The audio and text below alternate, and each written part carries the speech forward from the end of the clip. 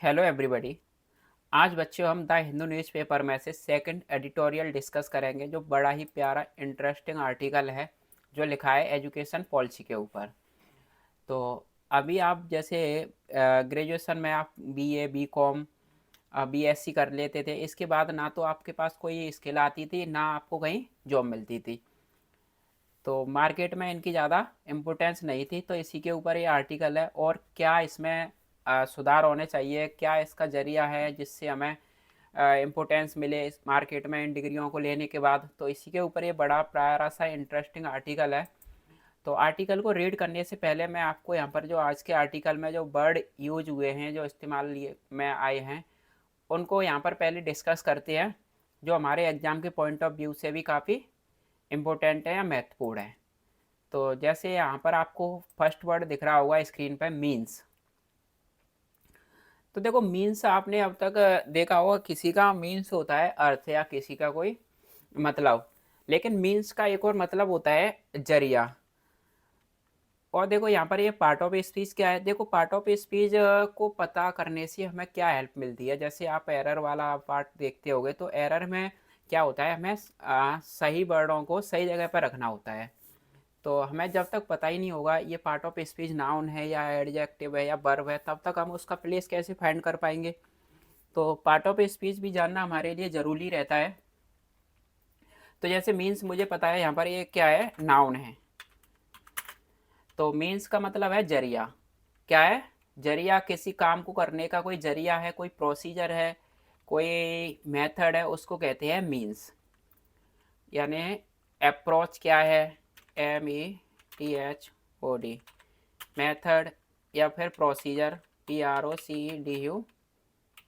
Procedure होता है, approach होती है, ROACH। एक वर्ड है हमारा स्ट्रेटजी भी होती है, उसको भी हम क्या कह देते हैं, इस काम को करने का ये जरिया है या स्ट्रेटजी है, STRATEGY। ये सारे इसके क्या है, सिनोनियम्स हैं। नेक्स्ट वर्ड है रिसोर्स। देखो, रिसोर्स संसाधन होते हैं, और रिसोर्स का एक और मतलब होता है रिसोर्स यानी कैपिटल, फंड या पूंजी से भी होता है। तो यहाँ पर ये रिसोर्स हैं, वो फंड कैपिटल की बात कर रहे हैं, कैपिटल। या फिर आपसे बोला जाए तो रिजर्व्स, रिजर्व्स होते हैं, उनको भी हम क्या कह देते हैं, फंड या कैपिटल।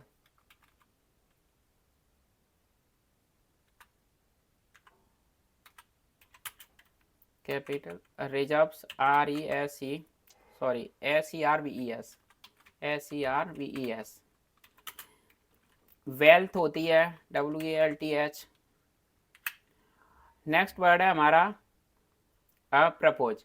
देखो, प्रपोज करते हो आपको किसी को, आप अपना प्रस्ताव या उसको अपना कुछ सुझाव रखते हो, उसको कहते हैं हम प्रपोज करना। कोई प्रस्ताव है, किसी को आपने क्या कर दिया, प्रपोज किया, ये प्रस्ताव रखा, आपने उसको सजेस्ट किया किसी काम को करने के लिए। तो प्रपोज का मतलब होता है प्रस्ताव रखना या सुझाव देना। तो इसका मतलब क्या है, सजेस्ट करना। पार्ट ऑफ स्पीच में ये वर्ब है, SUGGEST। सजेस्ट होता है। एक होता है आपने किसी को एडवाइस दी, ADVI ऐसे, या किसी को आपने रिकमेंड किया।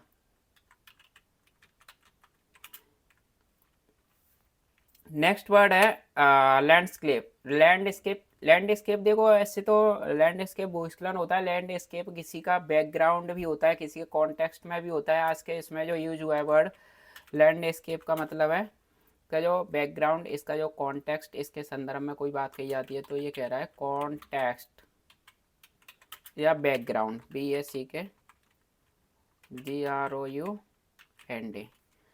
अगला वर्ड है हमारा परस्यू। परस्यू आप जानते हो, किसी का पीछा करना। और आप जैसे आप कोई डिग्री कर रहे हो, I am pursuing BA, I am pursuing BCom, इसको भी हम क्या कहते हैं, परस्यू यानी चेस करना, पीछा करना। पार्ट ऑफ स्पीच क्या है, ये वर्ब है हमारा, जिसका मतलब होता है चेस या सीख। सीख कर रहे हो आप, मतलब किसी चीज़ को पाने की कोशिश कर रहे हो। एक और वर्ड एडवांस वर्ड है इसका, ट्राई टू फुल। अगला वर्ड है हमारा रिलेवेंट। अब देखो रिलेवेंट है, कोई चीज़ किसी से संबंधित है या उचित है, उसको कहते हैं रिलेवेंट। पार्ट ऑफ स्पीच ये क्या है, ये एडजेक्टिव है। पार्ट ऑफ स्पीच एडजेक्टिव है। कोई चीज़ किसी से संबंधित है, रिलेटेड है, एप्रोप्रिएट है, उसको कहते हैं हम relevant. Subject to APPROPRIAT,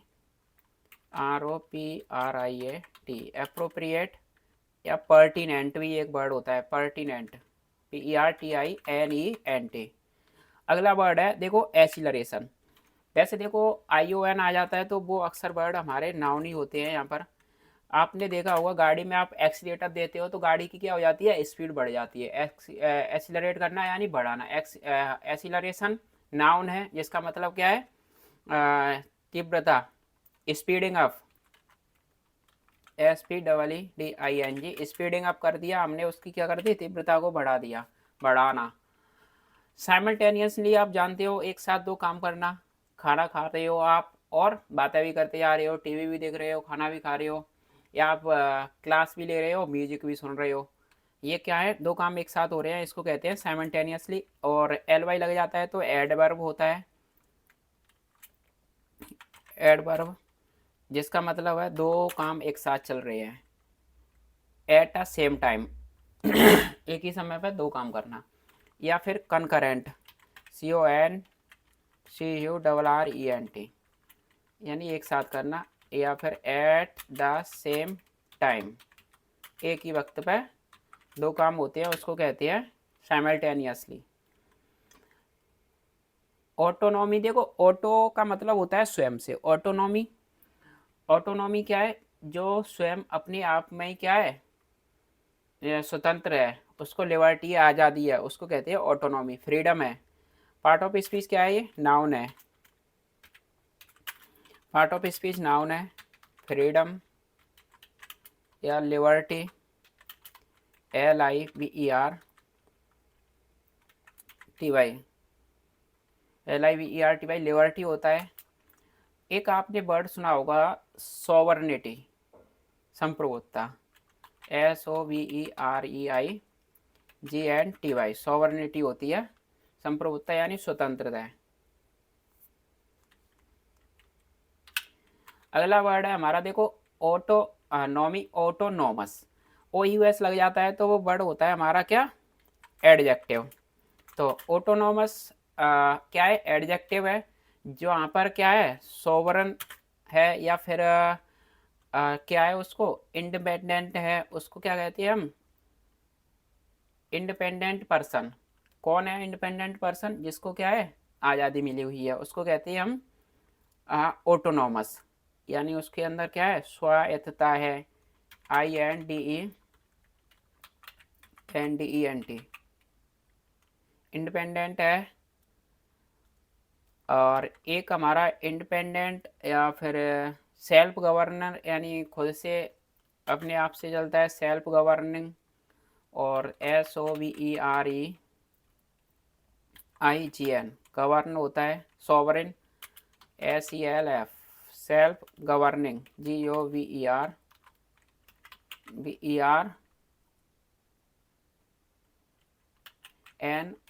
self governing. देखो रेजिडिटी, रेजिडिटी होती है किसी चीज़ का बहुत ज़्यादा हार्श, स्ट्रिक्ट, यानी जो बदलती नहीं है, बहुत ज़्यादा टफ है, रिजिड है, स्ट्रिक्ट है, उसको कहती है हम रिजिडिटी। यानी रिजिडिटी क्या है, हमारा ये नाउन है, पार्ट ऑफ स्पीच, जिसका मतलब है स्ट्रिक्टनेस, हार्शनेस, STRICTNESSHARSHNESS, हार्शनेस। अगला वर्ड है हमारा लाउडेबल। देखो लाउड एबल, यानी जो लाउड माने होता है जोर से, एबल माने बोलना, जो बोलने लायक है, चिल्लाने लायक है, जो प्रशंसनीय है, उसको कहते हैं हम लाउड एबल, प्रेज वर्दी है। पार्ट ऑफ स्पीच क्या है, एबल लग जाती है इसके लास्ट में, वो क्या होते हैं, एडजेक्टिव। तो ये पार्ट ऑफ स्पीच क्या है हमारा, एडजेक्टिव है, जिसका मतलब है प्रेज वर्दी, एडमायरेबल या कमेंडेबल, जिसकी हमने बहुत ज़्यादा प्रशंसा की है, PRAISEWORTHY, ADMIRABLE, admirable, COMMENDABLE। Next word है हमारा फ्लेक्सिबिलिटी। देखो फ्लेक्सिबिलिटी होता है noun, part of speech. Flexibility है किसी के अंदर क्या है, लचीलापन है बहुत ज़्यादा, कहते नहीं है बहुत लचीला है। तो फ्लेक्सिबिलिटी क्या है, लचीलापन बहुत ज़्यादा है, फ्लेक्सिबल है कोई चीज़, उसको कहते हैं फ्लेक्सिबिलिटी है इसके अंदर। तो पार्ट ऑफ स्पीच क्या है इसका, नाउन है। एक वर्ड होता है जो एडजस्ट एबिलिटी, यानी कोई चीज़ के अंदर क्या है, एडजस्ट होने की योग्यता है, उसको कहते हैं हम एडजस्टेबिलिटी या फिर अडेप्टेबिलिटी। किसी को अपना लेना अपने हिसाब से, अडेप्ट, ADAPTAVILITY, अडेप्टेबिलिटी, या ADJUSTAVILITY, एडजस्टेबिलिटी। एक वर्ड होता है इलास्टिसिटी, ELASTICITY,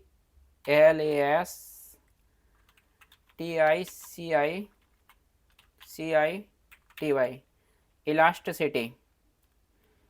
देखो अगला वर्ड है स्वीपिंग। देखो स्वीप, आप स्वीप करते हो किसी चीज़ को, आप एक तरह से, स्वीप का मतलब होता है झाड़ू मारना।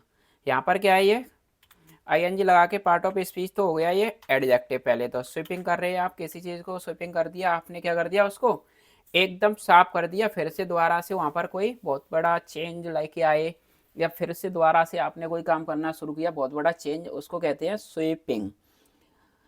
या आपने सारी चीज़ें वहाँ पर बिगड़ी हैं, आपने एक जनरलाइज तरीके से सबको झाड़ू मार के एकदम साफ कर दिया, स्वीपिंग कर दिया, एक जनरलाइज मेथड।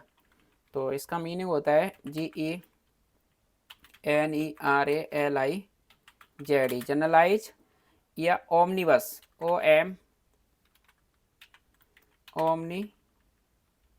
ओमनिबस। एक वर्ड है हमारा जो है आउटराइड या फिर indiscriminate, INDISCRI,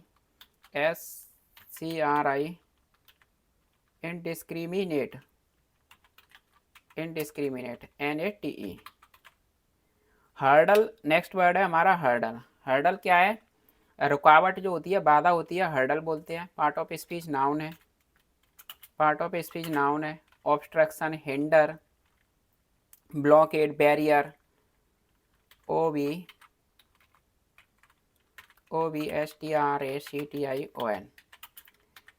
obstruction, sorry, OBSTRUCTION, obstruction होता है। एक होता है ब्लॉकेड, BLOCKADE, ब्लॉकेड, और बैरियर, BARRIER, बैरियर लगा के आपने कहा क्या कर दिया, वहाँ पर रोक दिया, तो हर्डल आ गई, बाधा आ गई। एफिलिएटेड आप जानते हो, किसी से जुड़ा होता है, कोई मान्यता प्राप्त कॉलेज है, ऐसे एफिलिएटेड कॉलेज है, तो उसको कहते हैं कनेक्टेड है, जुड़ा हुआ है। Part of speech affiliated adjective है, यानी किसी से जुड़ा होता है, एफिलिएटेड होता है वो। कोई संस्था एफिलिएटेड या कोई कॉलेज एफिलिएटेड है, कनेक्टेड है, एसोसिएटेड है, CONNECTED, कनेक्टेड, ASSOCIATED, एसोसिएटेड है, या फिर उसका क्या है, लिंक है।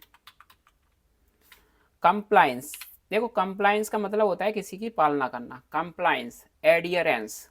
पार्ट ऑफ स्पीच क्या है, एक नाउन है कंप्लायंस, इसका मतलब होता है एडियरेंस, ADHERENCE,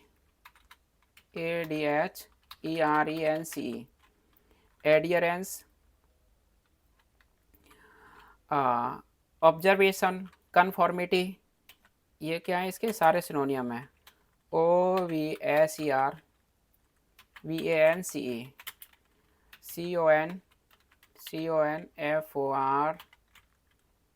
CONFORMITY, कन्फॉर्मिटी। देखो बैक ट्रैक, बैक ट्रैक का मतलब क्या है, आप उसी ट्रैक पर वापस आ गई, आपने यू टर्न मार दिया, विड्रॉ कर लिया, वापसी कर ली, उसको कहते हैं रिवर्सल यानी रिवर्स, वापस लौट जाना, उसको कहते हैं बैक ट्रैक। रिवर्स करना यानी यू टर्न मारना, वापस। पार्ट ऑफ स्पीच क्या है? एक वर्ब है, जिसका मतलब क्या होता है?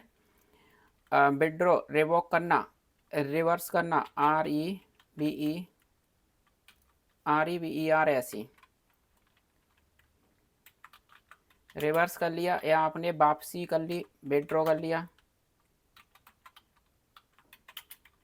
और रिट्रैक्ट, TRACT, रिट्रैक्ट करना, फिर से पुराने रास्ते पर, पुराने डर्रे पर वापस लौट जाना।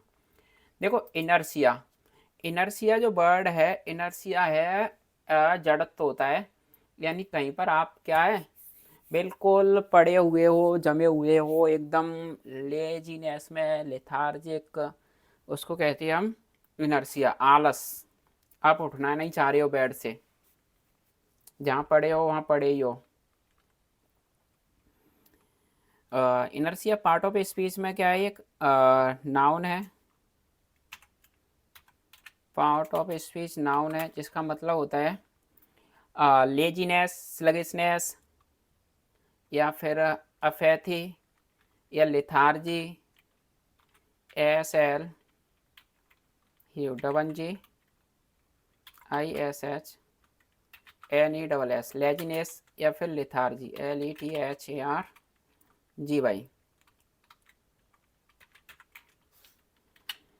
नेक्स्ट वर्ड है हमारा, अगला वर्ड है, नेक्स्ट वर्ड क्या है हमारा? कॉम्प्लिकेट। देखो कॉम्प्लिकेट क्या होता है?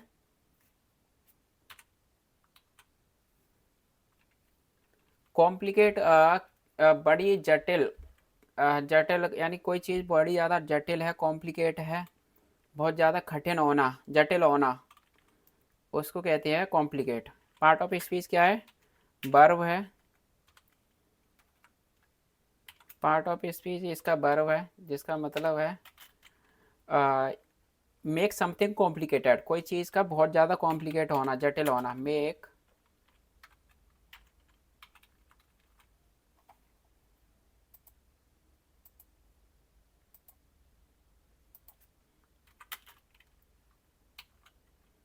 यानी MEK, make something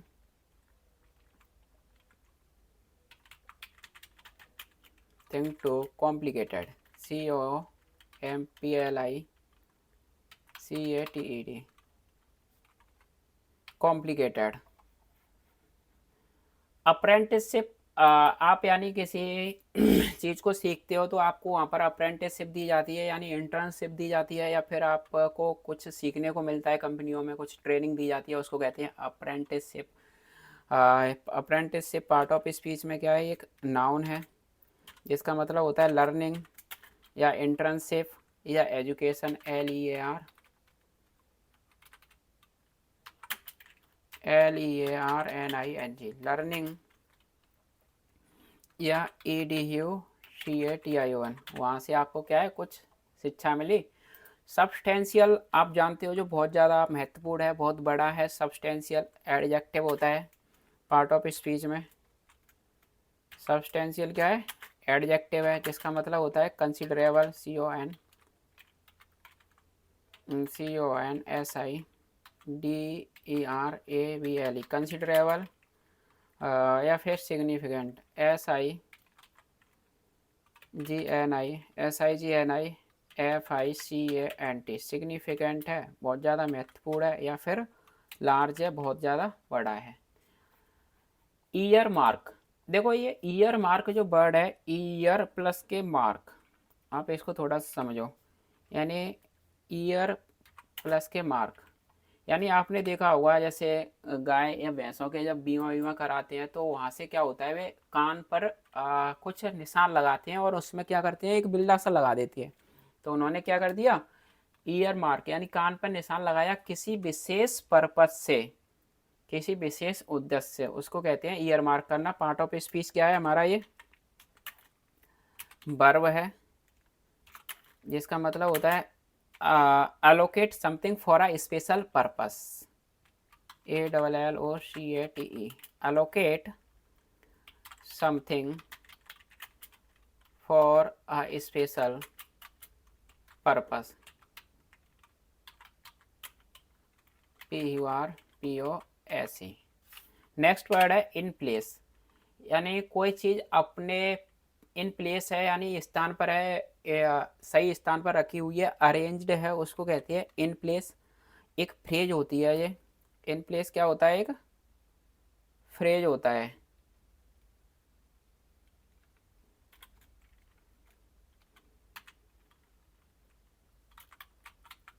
in place क्या है, एक फ्रेज है, जिसका मतलब क्या है, बड़ी ऑर्गेनाइज स्ट्रक्चर्ड वे में या फिर अरेंज है, रखी हुई है सही जगह से, उसको कहते हैं इन प्लेस है। ARRANGED, अरेंज्ड, ORGANIZED, ऑर्गेनाइज्ड या स्ट्रक्चर्ड, STRUCTURED,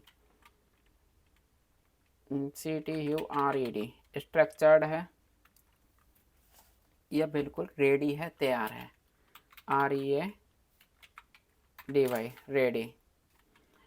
देखो ग्राउंड ब्रेकिंग, ग्राउंड ब्रेकिंग का मतलब होता है, जो ग्राउंड ब्रेकिंग जैसे आपने देखा हो ग्राउंड ब्रेकिंग न्यूज़, यानी बहुत बड़ा कोई नया एकदम काम है, उसको कहते हैं ग्राउंड ब्रेकिंग। रिवॉल्यूशनरी, अनप्रेसिडेंट है, जो बहुत एकदम कैसे हुआ है, इनोवेटिव तरीके से। Ground breaking part of ground breaking का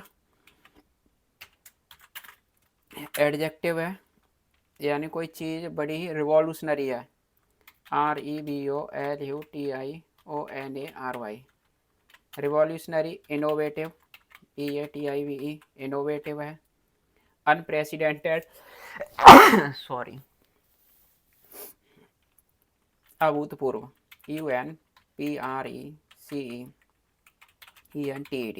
अनप्रेसिडेंटेड। देखो लास्ट हमारा वर्ड है हिंज ऑन।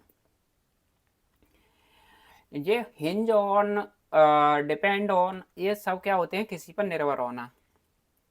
इनके बाद हमेशा फिक्स प्रपोजिशन आती है, हिंज ऑन या अपन, अपन भी आ जाता है, ऑन या UPON, अपन। इनका मतलब होता है किसी पर निर्भर होना, या DEPEND, depend on, hinge on, depend on. और एक वर्ड होता है हमारा RELY, रिलाई ऑन, किसी पर निर्भर होना। तो आज के ये वर्ड आपको समझ में आए होंगे, मैं उम्मीद करता हूँ। अब अपना आर्टिकल देखो, कंटिन्यू करते हैं। चलो आर्टिकल पर आ जाओ। अब ये कह रहा है इंड्स विदाउट मीन्स। देखो इंड, इंड का मतलब होता है खत्म होना। इंड्स आप जानते हो, किसी चीज़ का सिरा या किसी की कोई मंजिल होती है, किसी का कोई मुकाम होता है, उसको कहते हैं इंड्स।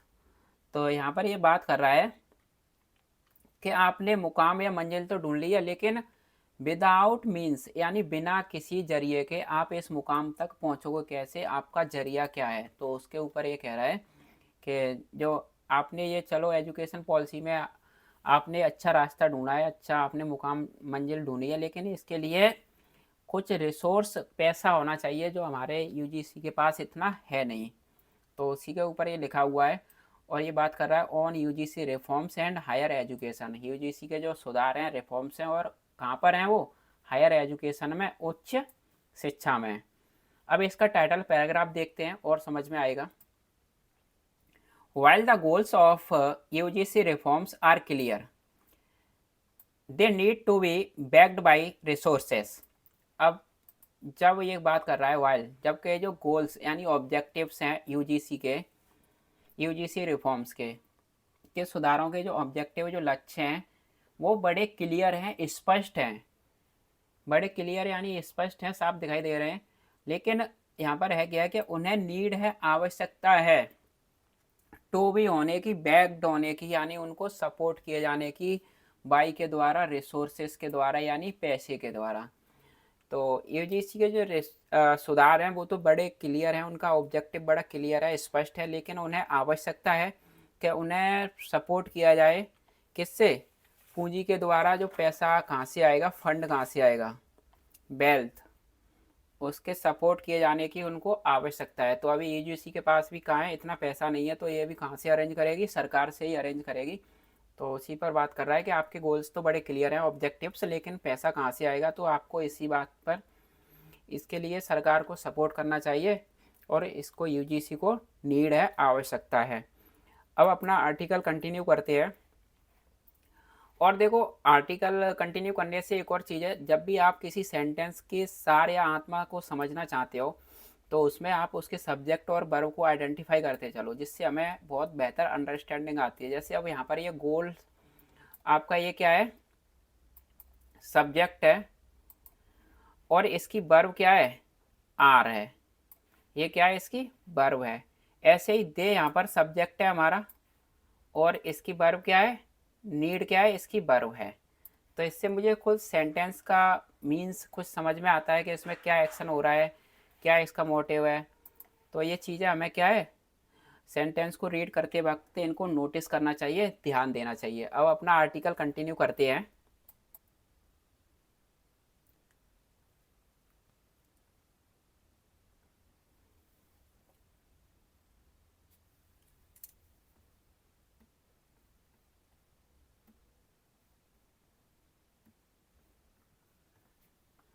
द ड्राफ्ट, कंटिन्यू कर रहे हैं, क्या हो रहा है ये। हाँ चलो आप यहाँ से, द ड्राफ्ट यूजीसी, जो यूजीसी का जो ड्राफ्ट है, ड्राफ्ट यानी जो एक तरह से किसी चीज़ का पूरी तरह से तैयार ना होना, उस पर किसी कच्चे कागज़ पर या मसौदे पर कोई मसौदा, उसको बोलते हैं ड्राफ्ट। ड्राफ्ट किसका ड्राफ्ट है, यूजीसी का, ये बता रहा है कॉमे में।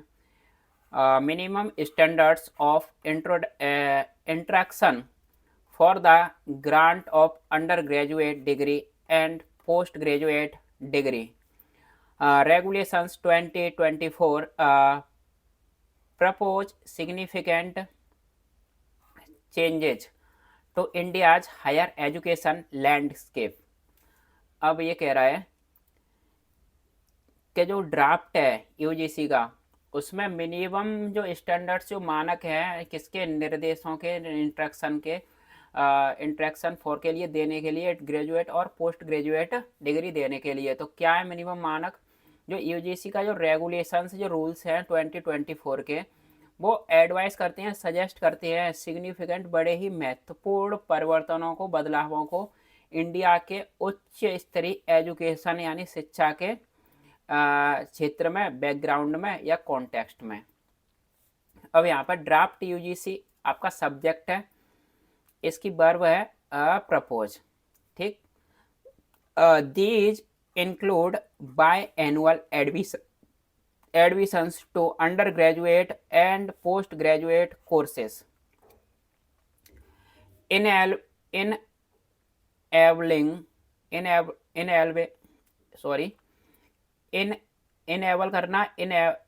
करना students from any stream to pursue any discipline in undergraduate and postgraduate if they pass a relevant national qualifying examinations and allowing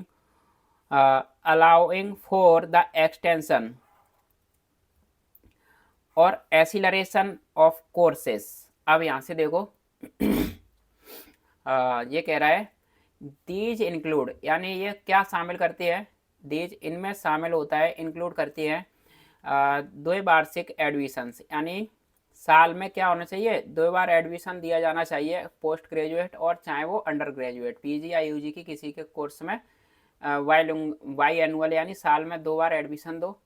और इनेबल करते हुए योग्य बनाओ इस छात्रों को, किसके लिए इनेबल करो, उनको सक्षम योग्य करो, इनेबल करना, उनको सशक्त करना या पावर देना छात्रों को, कि वो किसी भी स्ट्रीम से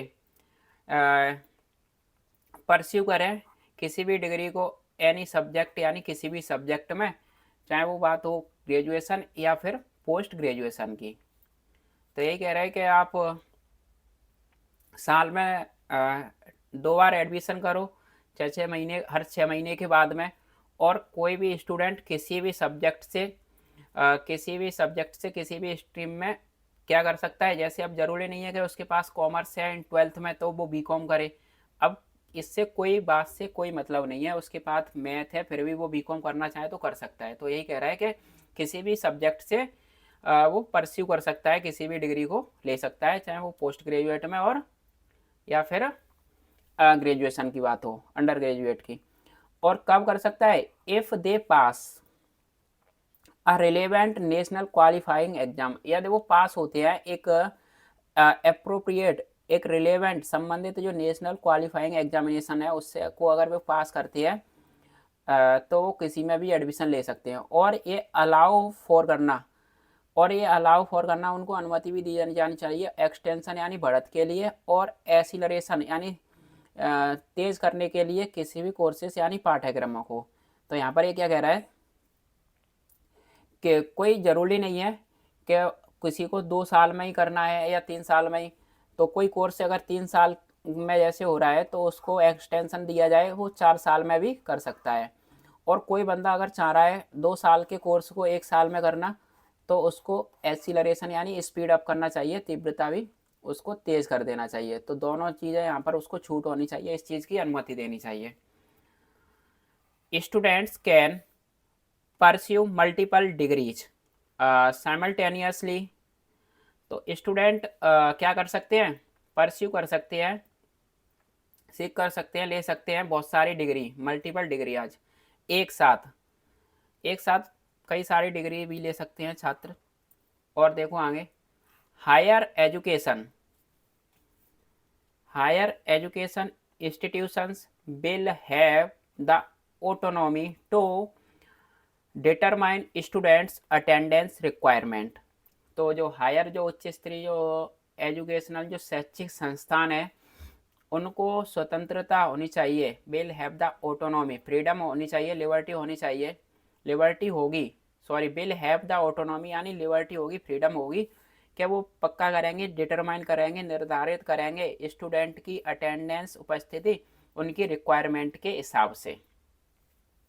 तो हर जो उच्च स्तरीय शैक्षिक संस्थान है उनको ये स्वतंत्रता होगी कि जिस तरह जितनी उन्हें रिक्वायरमेंट है उसको वो स्टूडेंट की अटेंडेंस की रिक्वायरमेंट को क्या करें, निर्धारित करें, उसकी उन्हें फ्रीडम होनी चाहिए।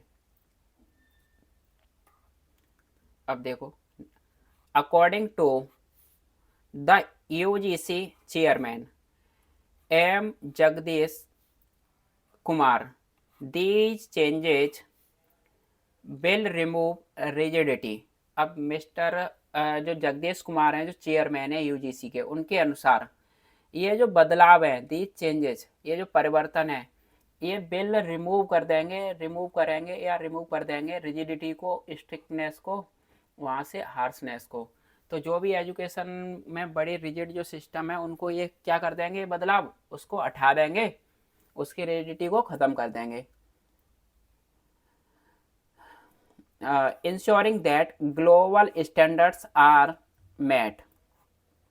और क्या करेंगे, इंश्योरिंग करते हुए, सुनिश्चित करते हुए कि दैट, क्या यह बात कि पूरी दुनिया भर का जो ग्लोबल स्टैंडर्ड है, यानी दुनिया भर में जो global standard are met, global standard क्या है, मैट कर लिए हैं। यानी जैसे पूरी दुनिया भर में यूके और यूएस में ऐसी डिग्रियां मिलती हैं वैसे ही अब हमारे यहाँ भी मिलेंगी। तो इस चीज़ को भी सुनिश्चित करते हुए, पक्का करते हुए, वाइल द इंटेंट इज लाउडेबल, जबकि उनका जो इंटेंट है, जो इरादा है, बड़ा ही प्रेजवर्दी है, प्रशंसनीय है। One provisions further centralise examination as a qualifying criterion. एक जो प्रावधान है, एक ये तो बड़ा ही उनका इरादा तो प्रशंसनीय है ही है। एक जो प्रावधान है जो और आगे सेंट्रलाइज कर देगा, केंद्रीकृत कर देगा एग्जामिनेशन यानी परीक्षाओं का। कैसे, एक क्वालिफाइंग क्राइटेरिया के रूप में, एक क्वालिफाइंग क्राइटेरिया होता है मापदंड यानी कसौटी, उसके तौर पर जो बीच में लिमिट फ्लेक्सिबिलिटी, जो क्या कर सकता है, जो क्राइटेरिया जो हो सकता है वो लिमिट कर दे, सीमित कर दे, उसके अंदर जो फ्लेक्सिबिलिटी है, उसके अंदर जो लचीलापन है, उसको क्या है, कम कर दे। तो उनका जो इरादा तो बड़ा ही प्रेजवर्दी है, प्रशंसनीय है, लेकिन इसमें एक प्रावधान है जो आगे परीक्षाओं को क्या करेगा, केंद्रीकरण कर देगा, कि एक कोई क्राइटेरिया रख दिया जाएगा क्वालिफाइंग करने के लिए कि आप इस एग्जाम को क्वालिफाई करो। तो इससे हो सकता है कि वहाँ पर फिर फ्लेक्सिबिलिटी कम हो जाए, क्योंकि नई जो बच्चा चाहता है उसमें उसको एडमिशन मिल पाए। तो उसके ऊपर कह रहा है कि ये एक क्राइटेरिया और आगे सेंट्रलाइज कर सकता है। The draft rules align with the national education policy NEP यानी 2020। जो ड्राफ्ट रूल्स हैं वो अलाइन विथ हैं, के हिसाब से हैं, किसके साथ है, NEP पॉलिसी जो 2000 NEP यानी 2020 2020 की में जो नेशनल एजुकेशन पॉलिसी के हिसाब से जो ड्राफ्ट रूल्स हैं, जो बिच एम्पेसाइज करेंगे, जो जोर देते हैं, एम्पेसाइज करते हैं, जोर डालते हैं hybrid learning models and skill based education. तो जो किस पर जोर देते हैं, हाइब्रिड लर्निंग मॉडल्स पर, और जिसमें कोई स्किल हो, जिसमें आपको कोई स्किल मिले, स्किल बेस्ड एजुकेशन शिक्षा में। हाइब्रिड लर्निंग कैसी होती है, जिसमें प्रैक्टिकल भी हो, थ्योरी भी हो, हर तरह से काम सिखाया जाए, उसको कहते हैं हाइब्रिड लर्निंग। और जिसमें आपको स्किल कोई मिले, उसको skill based education. The draft rules also support the implementation of a national credit framework, providing students greater academic flexibility। अब ये कह रहा है जो ड्राफ्ट रूल्स सपोर्ट भी करता है, समर्थन भी देता है, किसको, इम्प्लीमेंटेशन को, लागूकरण को। किसका जो लागूकरण है, एक नेशनल क्रेडिट फ्रेमवर्क के। तो ये भी एक नेशनल क्रेडिट फ्रेमवर्क एक नया सिस्टम है, इसके लागूकरण को भी ये सपोर्ट करता है। और कैसे, प्रोवाइड करते हुए, उपलब्ध कराते हुए छात्रों को, स्टूडेंट्स को और ज़्यादा ग्रेटर एकेडमिक फ्लेक्सिबिलिटी, और ज़्यादा उनकी शिक्षा में फ्लेक्सिबिलिटी। अगला पैराग्राफ देखते हैं। However, while the goals of these reforms are clear, हालांकि इनके जो गोल्स हैं, ऑब्जेक्टिव्स हैं इन सुधारों के, वो बड़े क्लियर हैं, स्पष्ट हैं।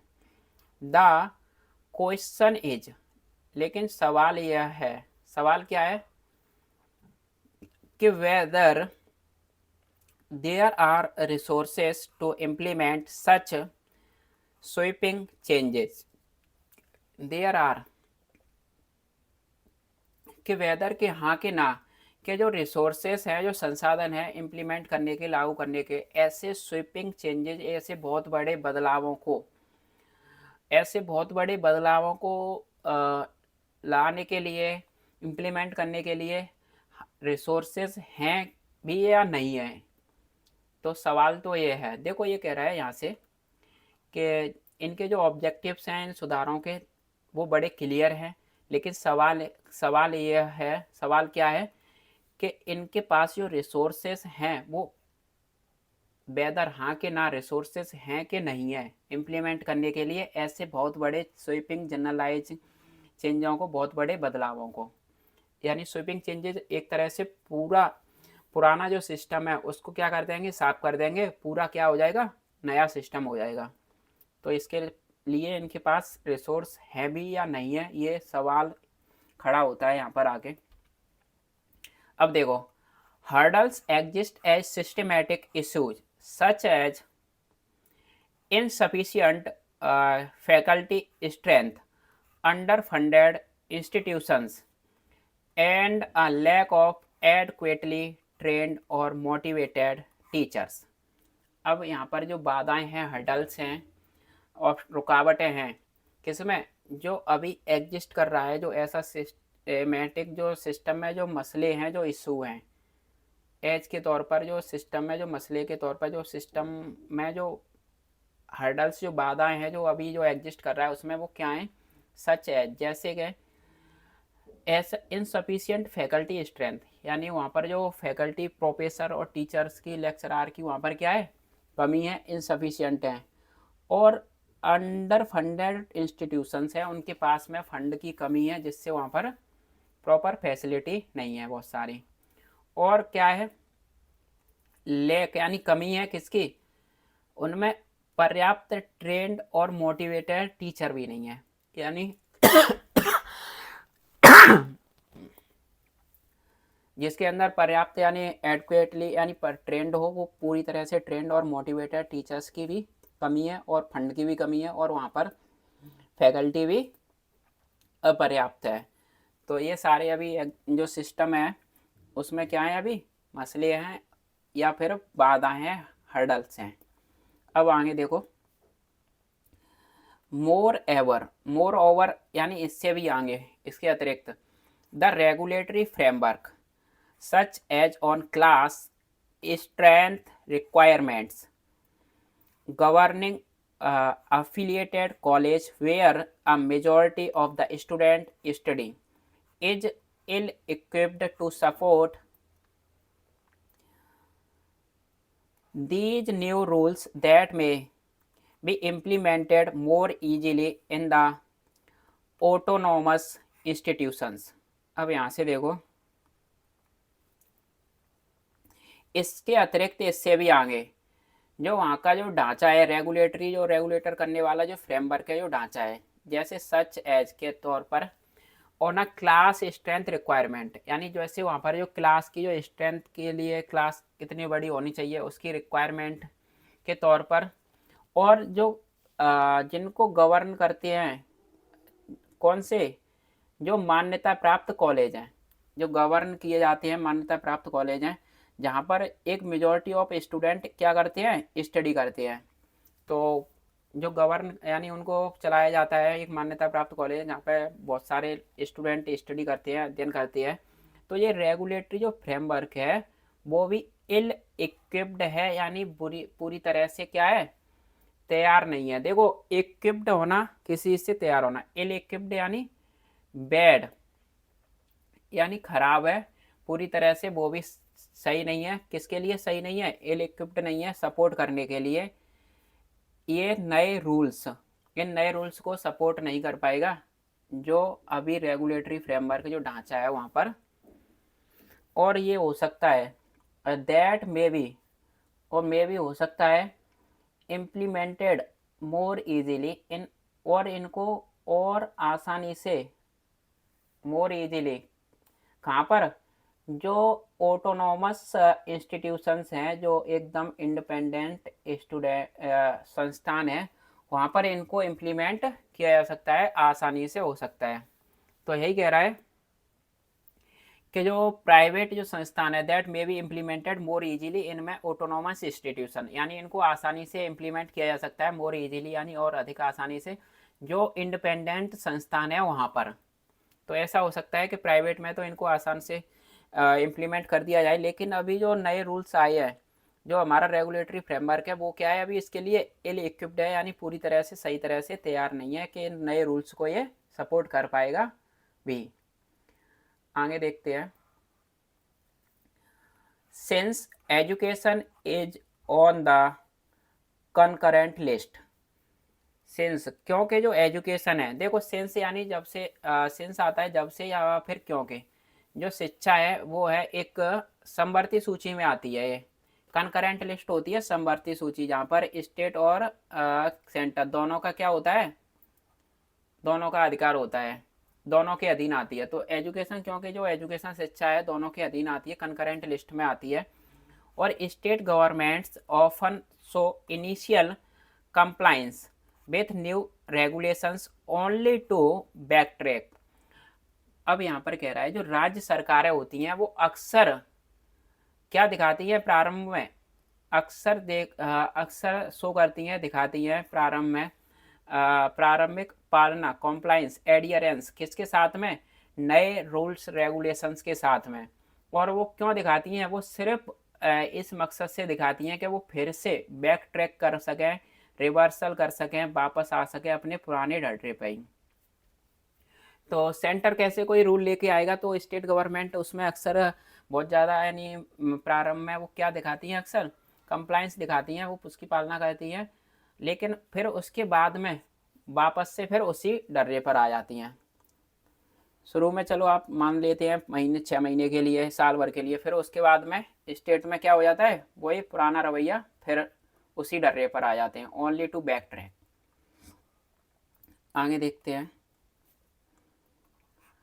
The inertia within academic bodies and administrative procedures further complicates the effective adoption of changes such as the academic bank of credit। अब यहाँ से देखो, जो इनर्सिया है, जो जड़त्व है, जो आलस्य है, जो चीज़ें वहीं पर एक तरह से पड़ी हुई हैं, लेजीनेस है, किसके साथ में जो एकेडमिक बॉडीज हैं जहाँ पर पढ़ाई होती है, और जो एडमिनिस्ट्रेटिव प्रोसीजर है, जो प्रशासन का जो प्रोसीजर होता है, जो प्रोसेस होता है, उसमें आगे और ज़्यादा कॉम्प्लिकेटेड हो सकता है, और ज़्यादा क्या हो, जटिल हो सकता है। कॉम्प्लिकेट, ये कॉम्प्लिकेट करता है किसको, और ज़्यादा कॉम्प्लिकेट बनाता है असरदार अडॉप्शन, असरदार तरीके से अपनाने का जो काम होता है चेंजेस को, यानी बदलावों को। तो असरदार तरीके से जो जो बदलावों को जो अपनाने का जो काम होता है, ये और ज़्यादा कॉम्प्लिकेटेड कर देता है। कौन, इनर्सिया यानी जड़त्व, यानी एकेडमिक बॉडीज और एडमिनिस्ट्रेटर जो प्रोसीजर होता है, वो वहीं अपने आलस में ही पड़ा रहता है, जुड़ा रहता है, चीज़ों को आगे बढ़ाना नहीं चाहता है। इससे क्या हो जाता है, और ज़्यादा कॉम्प्लिकेट हो जाता है, और ज़्यादा जटिल हो जाती है चीज़ों को असरदार तरीके से नए परिवर्तनों को अपनाने में, और ज़्यादा कठिनाइयाँ होती हैं। अब कौन सी हैं, जैसे सच एज के तौर पर एक एकेडमिक बैंक ऑफ क्रेडिट, ये एक सिस्टम है एकेडमिक बैंक ऑफ क्रेडिट के तौर पर। और देखो, this initiative allows students to registered at one institution. ये कह रहा है, जैसे इनिशिएटिव, यह एक इनिशिएटिव है, ये एक पहल है जो अनुमति देती है, अलाउ करती है छात्रों को क्या वो रजिस्टर्ड करें एक इंस्टीट्यूशन में, एक संस्थान में, और टेक कोर्सेज फ्रॉम अनदर, एक संस्थान में वो रजिस्टर्ड करें, और दूसरे से क्या लें, अनदर संस्थान से, किसी इंस्टीट्यूशन से वो क्या करें, कोर्सेस यानी पढ़ाई करें, पाठ्यक्रम। यहाँ पर ये बात हो रही है, जैसे आपने किसी कॉलेज में एडमिशन लिया, आपको वो कॉलेज अच्छा नहीं लग रहा है, वहाँ पर पढ़ाई नहीं हो रही है, तो आप किसी दूसरी कॉलेज में जाके भी पढ़ाई कर सकते हो, लेकिन आपको डिग्री जो मिलेगी जहाँ पर आपने रजिस्टर किया है वहीं से मिलेगी। तो यही कह रहा है कि इसमें ये भी है कि आप किसी एक इंस्टीट्यूशन में अपने आप को रजिस्ट्रेशन कराएं, अपना एडमिशन लें, किसी दूसरे से आप पढ़ाई कर सकते हैं, take courses from other an other, दूसरे से, and completed apprenticeship in a company, और आप कंप्लीट कर सकते हैं अपनी लर्निंग, अपनी इंटर्नशिप को एक कंपनी में, और विथ के साथ में, डिग्री के साथ में, with the degree being awarded, और बाय द फर्स्ट, और जो बीइंग अवॉर्डेड, और जो डिग्री जो दी जाएगी, जिसको अवार्ड किया जाएगा, दिया जाएगा फर्स्ट इंस्टीट्यूशंस के द्वारा, यानी पहले जहाँ इंस्टीट्यूशन में हमने एडमिशन लिया। तो कॉलेज में एडमिशन कहीं लिया हमने, पढ़ाई कहीं की, इंटर्नशिप कहीं तीसरी कंपनी में जाके ली, लेकिन हमें डिग्री कहाँ से मिलेगी, फर्स्ट इंस्टीट्यूशन से ही। While such flexibility is ground breaking, while यहाँ पर ये कह रहा है, जहाँ पर ये ऐसी फ्लेक्सिबिलिटी, ऐसी अडेप्टेबिलिटी, एडजस्टेबिलिटी, इलास्टिसिटी, ये बड़ा ही रिवॉल्यूशनरी है, बड़ा ही ग्राउंड ब्रेकिंग है, अनप्रेसिडेंट है, बहुत नया है। It faces considerable resistance from traditional academic structure. अब ये फेस करता है, सामना करता है बहुत बड़ा, यानी लार्ज रेसिस्टेंस, बहुत बड़ी रुकावट, प्रतिरोध, कहाँ से, जो परंपरागत तरीके से जो शैक्षिक जो ढांचे हैं, स्ट्रक्चर हैं, वहाँ से। तो यही कह रहा है कि ये बहुत बड़ा नया ग्राउंड ब्रेकिंग न्यूज़ है, एक तरह से रिवॉल्यूशनरी है, ऐसी फ्लेक्सिबिलिटी एजुकेशन में होना कि आप कहीं से एडमिशन ले रहे हो, कहीं तीसरे कॉलेज में जाके इंटर्नशिप ले रहे हो, लेकिन ये कह रहा है जो परंपरागत तरीके से जो हमारे जो शैक्षिक जो ढांचे हैं, ये क्या है, बहुत ये इसको फेस करना पड़ता है, सामना करना पड़ता है बहुत बड़ा स्तर पर रेसिस्टेंस यानी प्रतिरोध। Moreover, the success of these reforms hinges on a substantial increase in investment in education। अब देखो ये क्या कह रहा है, इसके अतिरिक्त इससे भी आगे जो सक्सेस है, किसकी सक्सेस है, किसकी सफलता है, ऑफ की यानी ऑफ दीज रिफॉर्म्स, इन सुधारों की जो सफलता है, सक्सेस है, वो हिंज ऑन करती है, डिपेंड ऑन करती है एक बहुत कंसिडरेबल यानी बहुत बड़े इंक्रीज यानी बढ़त पर, जो है इंक्रीज है कहाँ पर, इन्वेस्टमेंट में। और इन्वेस्टमेंट निवेश कहाँ पर होगा, एजुकेशन यानी शिक्षा में। तो इन सुधारों को लाने के लिए जो सफलता तो जब ही निर्भर करती है कहाँ पर, इन्वेस्टमेंट पर, एजुकेशन के फील्ड में सब्सटेंशियली तौर पर इंक्रीज किया जाए इन्वेस्टमेंट, जो निवेश होता है जो शिक्षा में, उसको बढ़ाया जाए। Unfortunately, this year's budget allocates 15% less funding to higher education compared to the previous year's revised estimates। अब यहाँ पर कह रहा है अनफॉर्चुनेटली, दुर्भाग्यवश, इस साल का जो बजट एलोकेट किया गया था वो 15% कम किया गया है, 15% लेस फंडिंग हुई है हायर एजुकेशन में, जो तुलनात्मक रूप से कंपेयर टू, किसके तुलनात्मक रूप से, किसकी तुलना में, प्रीवियस ईयर के जो रिवाइज्ड एस्टीमेट है, जो प्रीवियस ईयर का जो रिवाइज किया गया एस्टीमेट्स यानी अनुमान है। तो सितंबर अक्टूबर में बजट को रिवाइज किया जाता है यानी फिर से, तो इसमें क्या है, रिवाइज बजट में 15% और कम अलोकेट किया गया है शिक्षा के लिए यानी हायर एजुकेशन में, पिछली साल की तुलना में। आगे देखते हैं। While the draft UGC rules offer a promising vision, while जबकि जो ड्राफ्ट UGC रूल्स है, जो अभी जो मसौदा बन के आया है, जो UGC का जो रूल्स हैं, वो ऑफर करती हैं, देते हैं एक प्रॉमिसिंग विजन, एक ऐसा विजन, एक ऐसी बड़ी जिसमें संभावना दिखती हो आने वाले समय में, एक ऐसा विजन है, एक ऐसा व्यू है जिसमें बहुत ज़्यादा संभावना है। तो यही कह रहा है कि जो ड्राफ्ट UGC के जो रूल्स हैं ये बड़े ही संभावित हैं, लग रहा है कि बड़े प्रॉमिसिंग विजन है, आने वाले समय में ये इनके होने की पॉसिबिलिटी बहुत ज़्यादा है। Their success will depend on addressing existing systematic challenges and ensuring that there are adequate resources in place. अब ये क्या कह रहा है, देयर सक्सेस यानी कि उनकी जो सक्सेस है वो डिपेंड करती है, निर्भर होगी, संबोधित करने पर, बताने पर, जो अभी एग्जिस्टिंग सिस्टमेटिक बदलाव हैं, जो अस्तित्व में जो सिस्टम है उसमें जो बदलावों पर निर्भर करता है। और सुनिश्चित करना होगा, इंश्योर दैट, क्या सुनिश्चित करना है कि that there are adequate resources, क्या देयर हमारे पास क्या है, पर्याप्त संसाधन है, रिसोर्सेज हैं, इन प्लेस यानी अपनी जगह पर रखे हुए हैं, प्रॉपर अरेंज्ड हैं, या बहुत सारे पर्याप्त संसाधन हैं। जो अभी हमारा जो एग्जिस्टिंग सिस्टमेटिक चैलेंज है, ये किस पर, उनकी सक्सेस डिपेंड किसी पर करेगी, जो एग्जिस्टिंग सिस्टमेटिक चैलेंजेज यानी जो सिस्टमेटिक जो चैलेंज, चुनौतियों को लाने वाले अभी नए सिस्टम में जो चैलेंज आएंगे, जो चुनौती आएंगी, उन पर डिपेंड करेगी। तो इसके लिए हमें इस बात को सुनिश्चित कर देना चाहिए, पक्का कर देना चाहिए कि हमारे पास क्या है, पर्याप्त रिसोर्सेस हैं। तो आज का सेशन यहीं रैप अप करते हैं।